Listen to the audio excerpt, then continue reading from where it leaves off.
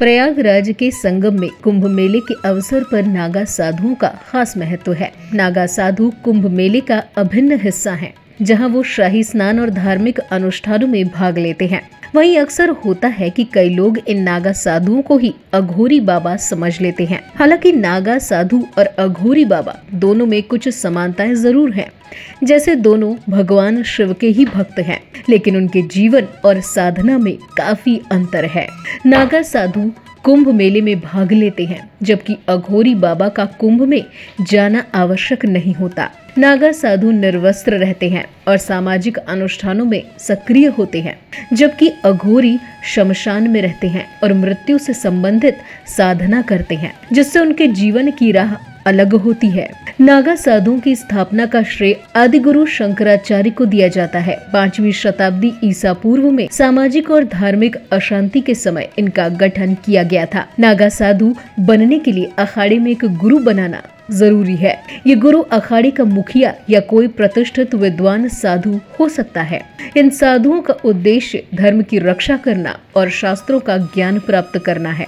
नागा साधु न केवल तपस्वी हैं, बल्कि वो शस्त्र धारण कर युद्ध में भी भाग लेते थे। साधुओं को अलग अलग अखाड़ों में विभाजित किया गया, जहां उन्हें धार्मिक शिक्षा और युद्ध कौशल दोनों सिखाए गए।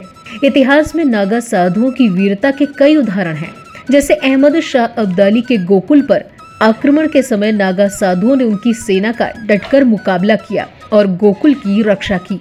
नागा साधु बनने की प्रक्रिया कठिन और लंबी होती है। नागा संप्रदाय में दीक्षा लेने से पहले उन्हें अपना पिंडदान करना होता है, जो संसार के प्रति उनकी मृत्यु और संन्यास को दूसरा जीवन मानने का प्रतीक है। दीक्षा के बाद उन्हें 12 सालों तक अखंड ब्रह्मचर्य, ध्यान, योग साधना और धार्मिक कर्मकांड की शिक्षा लेनी होती है।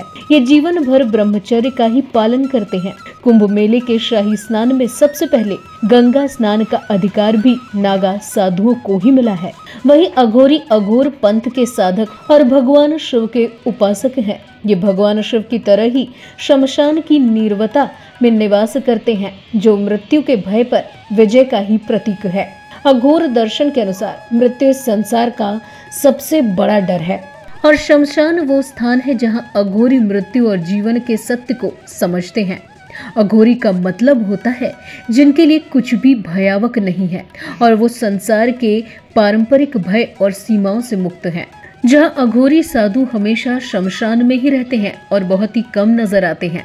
इसके विपरीत नागा साधु कुंभ जैसे धार्मिक आयोजन में हिस्सा तो लेते ही हैं और फिर हिमालय की ओर लौट जाते हैं। मान्यता है कि नागा साधु के दर्शन के बाद अघोरी के दर्शन करना भगवान शिव के दर्शन के ही समान है। ये दोनों संत समाज नॉन वेजिटेरियन होते हैं। हालांकि कुछ नागा सन्यासी शाकाहारी भी अपनाते हैं। नागा साधु भिक्षा मांगकर अपना पेट भरते हैं और अधिकतम 7 घरों से ही भिक्षा ले सकते हैं, जिसमें जो भी मिला उसी से संतुष्ट हो गए।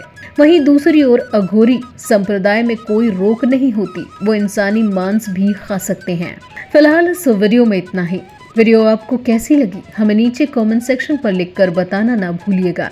टिल देन वीडियो को लाइक और शेयर करें, साथ ही चैनल को भी जरूर सब्सक्राइब कर दें।